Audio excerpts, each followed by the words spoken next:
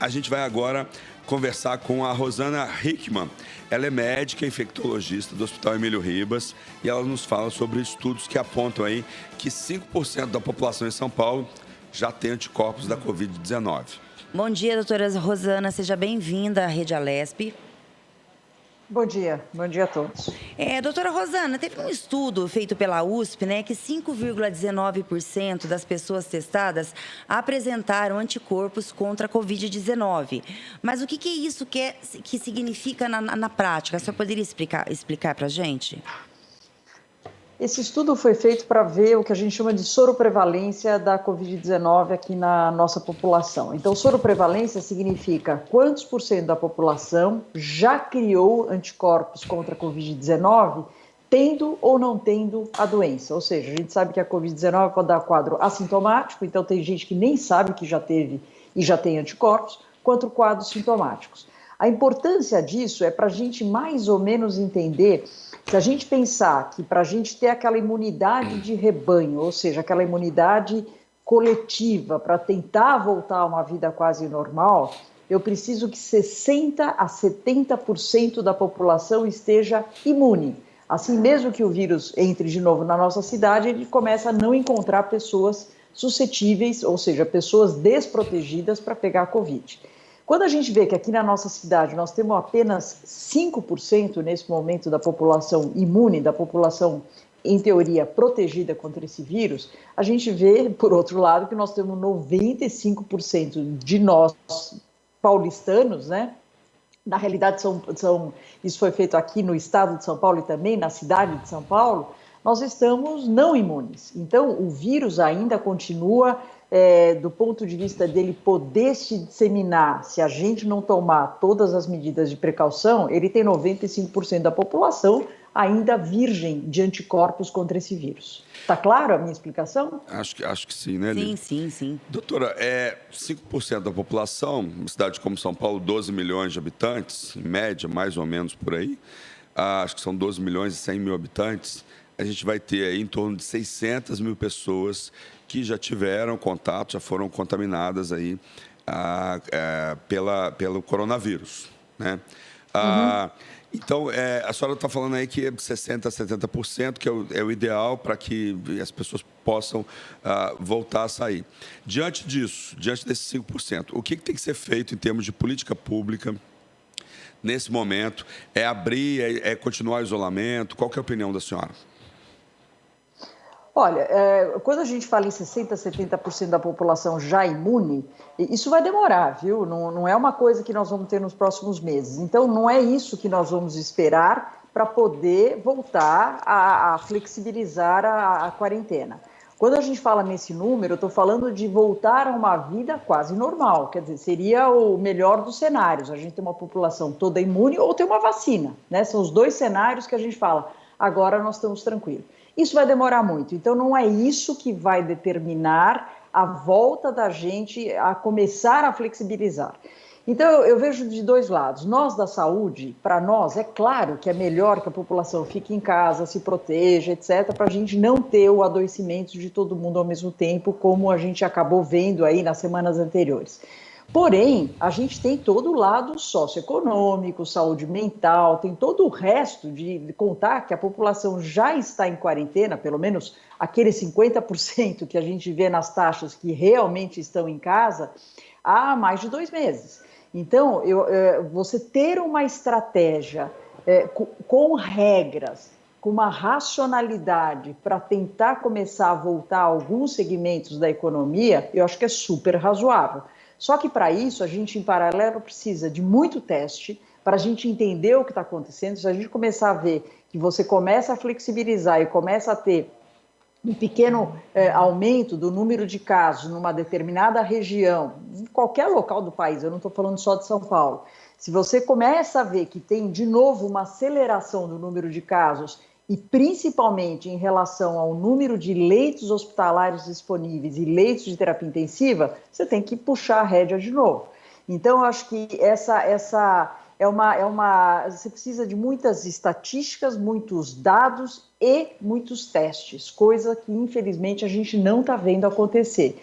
Eu acho que a gente tem regras, as autoridades estão fazendo todas as regras para a volta, mas do ponto de vista de testagem, que é uma das coisas que eu acho que diferenciou muito outros países que conseguiram voltar antes, eu vou sempre dar o exemplo da Alemanha e da Coreia do Sul, e tem outros países também, eu acho que nesse quesito nós estamos realmente ainda patinando, a gente deveria fazer um trabalho melhor em relação a isso.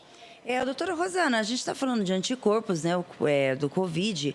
A senhora poderia explicar para a gente de uma maneira mais simples e didática como é o processo de desenvolvimento de anticorpos e o que determina isso no organismo?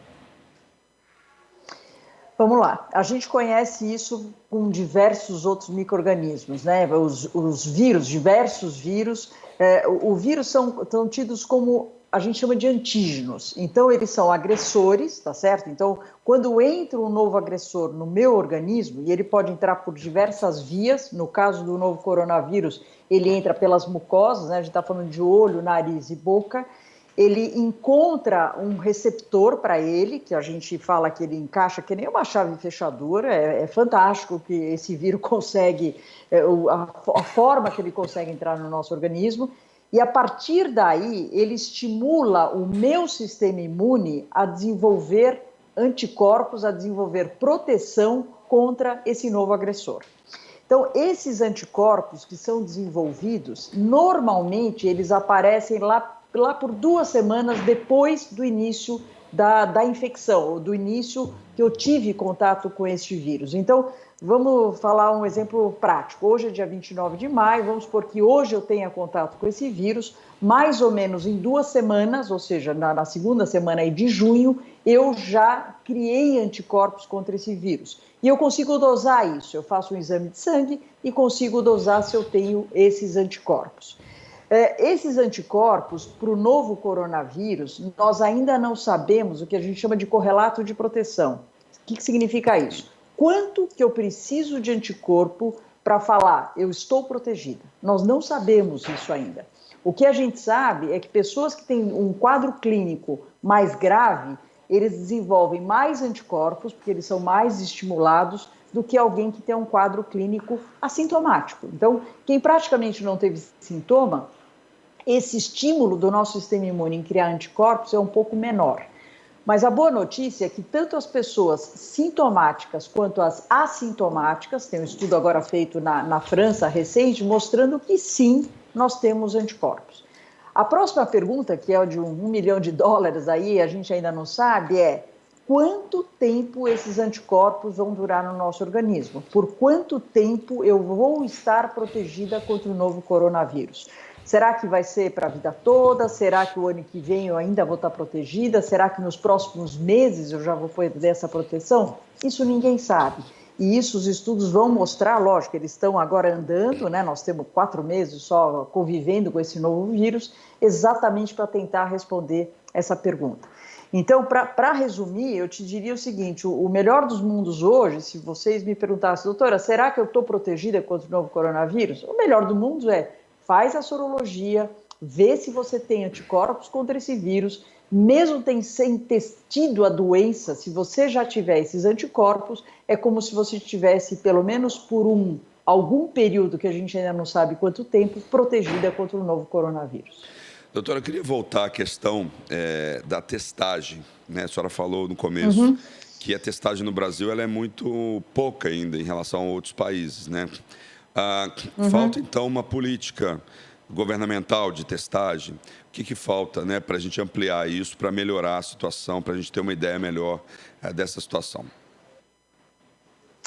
Olha, você tem que pensar que o mundo inteiro está atrás de testes, né? E que esses testes, lógico, têm um custo. Então, além de investir em novos leitos, em respiradores, etc., que está sendo investido, eu acredito que a gente também deveria investir na testagem para você poder mapear, lógico, você não vai testar a população inteira, mas você consegue com isso mapear onde tem o maior número de pessoas infectadas e você consegue logo tirar alguém infectado da sociedade. Então, vamos dar um exemplo dos hospitais, que é onde mais a gente atua. Então, se eu tenho qualquer profissional da saúde que esteja com algum sintoma clínico, pode ser o mínimo possível, a gente faz o teste para saber se a pessoa está infectada. Eu faço assim porque é aquele do cotonete que a gente coloca no nariz e na boca. É o RT-PCR, né? Então, é uma técnica que não é barata, por isso que talvez a gente não tenha tanto testes. Ela tem uma tecnologia um pouco melhor, então não é uma coisa que qualquer laboratório pode fazer, mas eu consigo detectar precocemente se aquele meu profissional da saúde que estava hoje com, sei lá, com tosse, com dor de cabeça, se ele está infectado.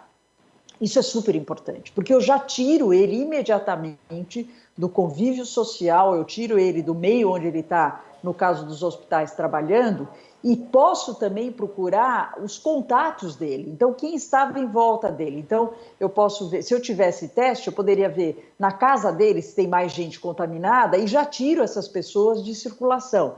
Então, com isso, você consegue definir mais precoce quem são os infectados nesse momento e, com isso, também tirá-los da sociedade no sentido de evitar essa contaminação. Quando eu falo tirá-los da sociedade, a gente está falando em 2 semanas de isolamento. Então, não é que é uma coisa prolongada, mas é super importante que a gente consiga identificar isso precoce. E é isso que acabou não acontecendo.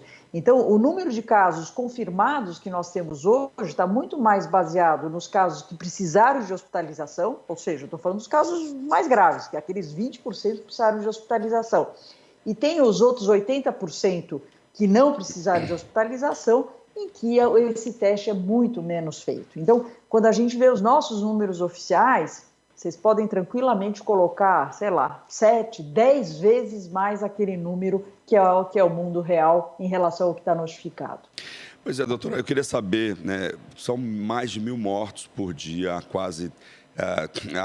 3 dias, mais de 1.000 mortos por dia.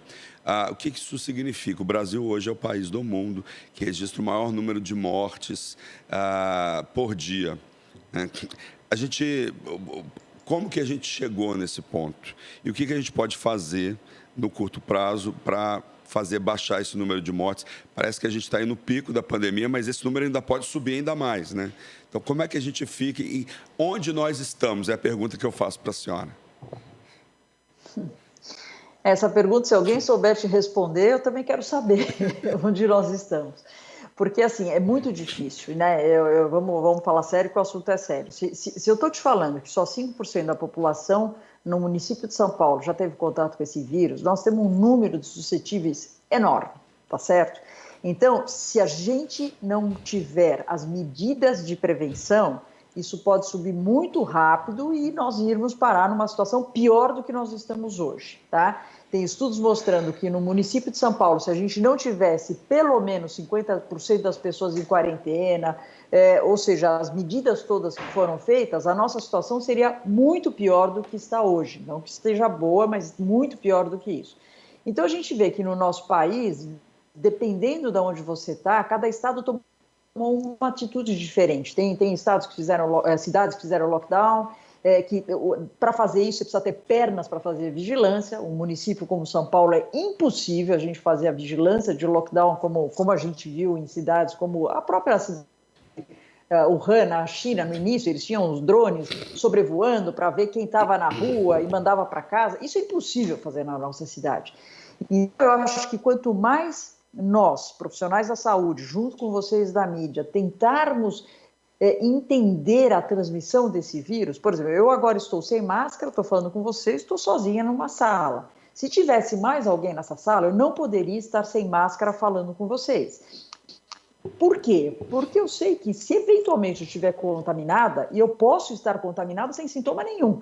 Você hoje está meio rouco, eu não estou rouca, mas eu poderia estar contaminada e você não. Então, o fato da uma pessoa Ou seja, toda vez que você precisar sair na rua, usar a máscara é fundamental para você não contaminar nem os outros, nem o ambiente. Então, para responder a tua pergunta, como é que rapidamente a gente abaixa esse número? Para ter uma medida rápida, seria um lockdown. Acho que não tem outra saída se você quer, assim, baixar. Doutora, tá dando um probleminha na internet. Vamos tentar ver a senhora mais um pouco, porque a entrevista dela é muito boa, né, Lilian? Vamos aproveitar ela, porque ela... Doutora, vamos ver. A senhora tá aí? Tá aí com a gente? Eu tô aqui. Doutora, eu não parei só do que eu falei. Não, só falhou o finalzinho, não tirou muita coisa, tirou 5, 10 segundos. Doutora, então, como é que a gente fica nesse momento? A gente tem mais de 1.000 mortes, o estado de São Paulo está registrando um recorde de mortes, as pessoas estão falando em reabrir comércio. É o momento para isso? Olha, eu acho que nós temos cenários diferentes em locais diferentes aqui no nosso estado, tá? O município de São Paulo e a grande São Paulo, eu acho complicado a gente diferenciar. Na minha opinião, é tudo uma coisa só, porque nós não temos fronteiras, não temos barreiras. As outras regiões do estado de São Paulo é uma questão de fazer indicadores mesmo, saber o número de leitos, o número de pessoas infectadas e, em cima disso, fazer a flexibilização. Mas é impossível flexibilizar sem normas, sem parceria das autoridades, da população, dos gestores, tudo isso é super importante. Então, as pessoas precisam entender que, apesar da nossa conversa do ponto de vista político, que eu não quero entrar nessa história, não está coesa, nós precisamos pensar na nossa saúde. Eu, como profissional da saúde, o que eu quero é não ver o que a gente está vendo. Eu sou lá do Instituto de Infectologia Emílio Ribas, a UTI lotado o tempo todo. É isso que a gente não quer ver. Então, para isso, é super importante que as pessoas não minimizem esse vírus. Eu sei que as pessoas estão meio cansadas de ouvir a gente falar sobre isso. Está todo mundo cansado de ficar em casa também, né, doutor? Mas tem que ficar sem mais dúvida. Um pouco, né? Eu te diria o seguinte, se a gente flexibilizar com responsabilidade, nós da saúde, a gente está saindo todo dia de casa porque a gente precisa. Então, eu vou para o hospital, eu venho para a clínica, nós precisamos fazer isso. E não necessariamente a gente está adoecendo. Por quê? Porque a gente está tomando as medidas de precaução. Eu acho que até mais, eu vou dar um exemplo para você. Outro dia eu precisei ir no correio despachar uma coisa que eu precisava ir lá. Eu saí de lá com mais medo de me infectar dentro de uma sala do correio do que dentro do Emílio Ribas. Por quê? No Emílio Ribas está todo mundo protegido. Eu estou com a máscara adequada, está todo mundo usando máscara adequada. A hora que você vai num local público, às vezes você vê gente com máscara embaixo do nariz, gente com máscara no queixo, gente que tira a máscara para atender o celular. Então, esta educação e esta importância é fundamental para a gente poder ter uma flexibilização responsável. Doutora, falando do trabalho do Emílio Ribas, como é que vocês estão lá? O que tem de novidade? Falando da Universidade de São Paulo, falando de pesquisas brasileiras, o que a gente pode falar aí de novidades? A gente tem alguma pesquisa importante hoje sendo desenvolvida no Brasil para ajudar no combate ao coronavírus? E como que está a situação do Emílio Ribas aí diante dessa pandemia?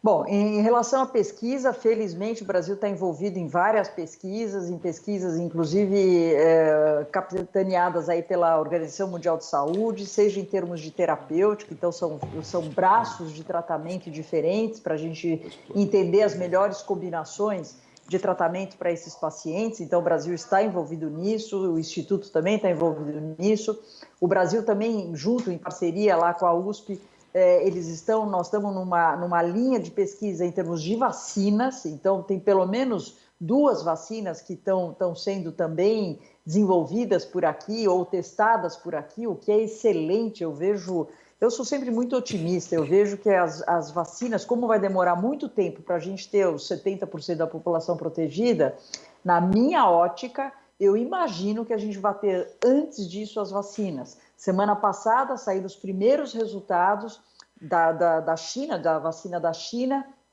mostrando que ela se mostrou em humanos segura e imunogênica. O que é imunogênica? As pessoas que receberam a vacina, em 28 dias depois da tomada da vacina, elas tinham uma quantidade boa de anticorpos.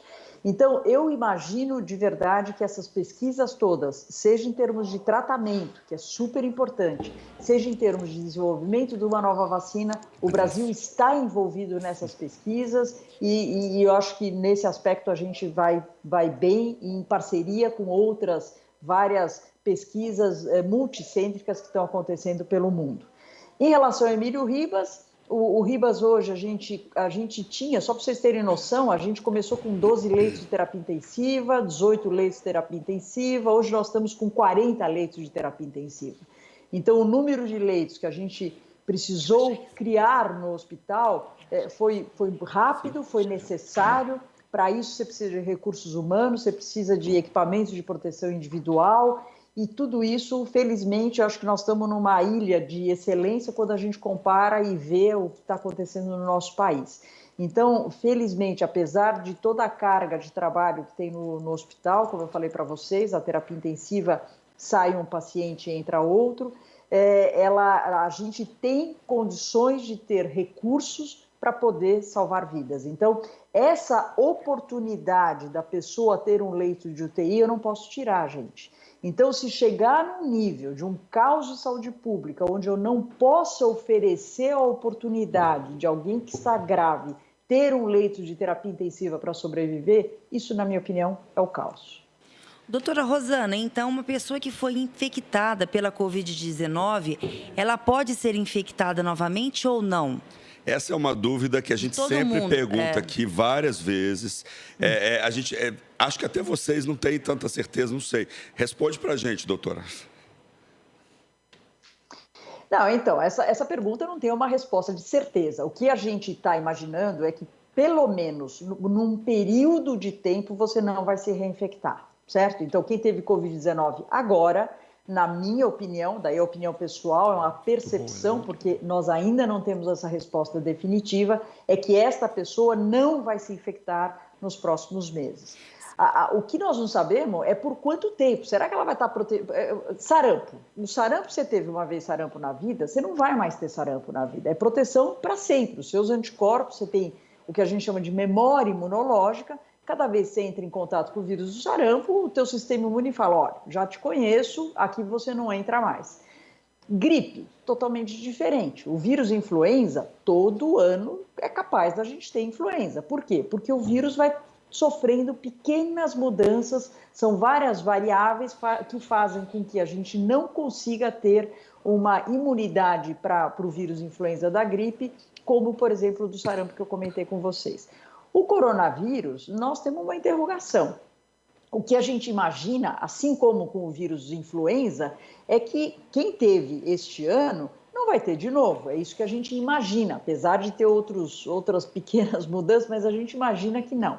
Então, o que eu falo para vocês, na minha ótica, quem teve coronavírus neste momento, com este novo coronavírus, muito possivelmente está protegido por algum tempo para ter de novo a Covid-19. Por quanto tempo, eu não sei e, por enquanto, ninguém sabe. Uma questão que todo mundo está se perguntando é essa história do lockdown, períodos de isolamento. Muita gente fala aí no cenário mais pessimista, primeira, segunda, terceira, quarta onda, igual aconteceu com a gripe espanhola lá em 1918. Será que a gente vai ter que ficar nessa história até 2022, por exemplo? Muita gente está falando isso, assim. Dá para ter uma ideia, assim, de que medidas profiláticas, vamos dizer assim, a gente vai ter que tomar, e se vai ser durante muito tempo? Olha, na minha visão, enquanto a gente não tiver vacina efetiva e enquanto a gente não tiver uma população quase toda protegida, a gente vai ter que ter uma vida diferente do que a gente tinha antes.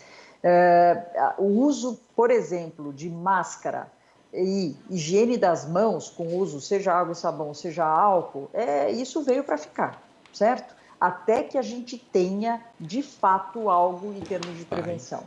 Se você me perguntar, será que nós vamos ter isso agora, em início de 2021? Eu creio que em 2021 a gente já vai estar numa situação bem melhor de hoje. Não que a gente vai relaxar com a higiene das mãos, porque nós estamos falando hoje de Covid-19, mas tem vários outros micro-organismos que são transmitidos pelas mãos. Eu não sei se vocês estão acompanhando o fenômeno da pandemia, o lado, entre aspas, bom da pandemia, é que as crianças, se você for hoje num pronto-socorro infantil, eles estão vazios. Por quê? Porque as crianças não estão indo para a escola. Lógico, é péssimo de um lado, mas do ponto de vista de saúde, as crianças não estão adoecendo. Exatamente porque essa transmissão desses vírus respiratórios que acontecem nessa época do ano não estão acontecendo porque as crianças não estão se encontrando. E outro lado é que nós estamos realmente incentivando muito a higiene das mãos. Hoje não tem uma criança que não saiba, graças a Deus, higienizar suas mãos, lavar com água e sabão. Então, eu acho que tudo isso, a gente, para tentar responder sua pergunta, olha, quando que nós vamos voltar a uma vida normal? Eu acho pouco provável que a gente volte numa vida 100% normal como era antes. O que vai acontecer é que nós vamos criar novos hábitos, né? E temos que criar esses novos hábitos exatamente para a gente conviver com a Covid-19, porque ela vai se tornar endêmica. Hoje é uma pandemia, né? E o que é uma endemia? Ela vai se tornar, ela vai ficar com a gente. Como é dengue? Dengue nunca vai embora. Tem épocas que a gente tem mais casos, menos casos, mas o vírus está por aí. Eu creio que o novo coronavírus, da mesma maneira, ele vai ficar por aqui, nós vamos aprender a conviver com ele, a ter um número baixo de casos e sempre com proteção, até que a gente tenha, de fato, uma vacina. Tá certo, eu gostaria de agradecer muito a doutora Rosana Hickman, que é infectologista aí do Hospital Emílio Ribas. O Hospital Emílio Ribas, que é referência nacional e internacional aí, no combate a vírus e infecções. Muito obrigado pela participação, doutor. Imagina, é um prazer estar com vocês e cuidem-se, né? Obrigada, doutora. Tá bom. Tenha um bom dia.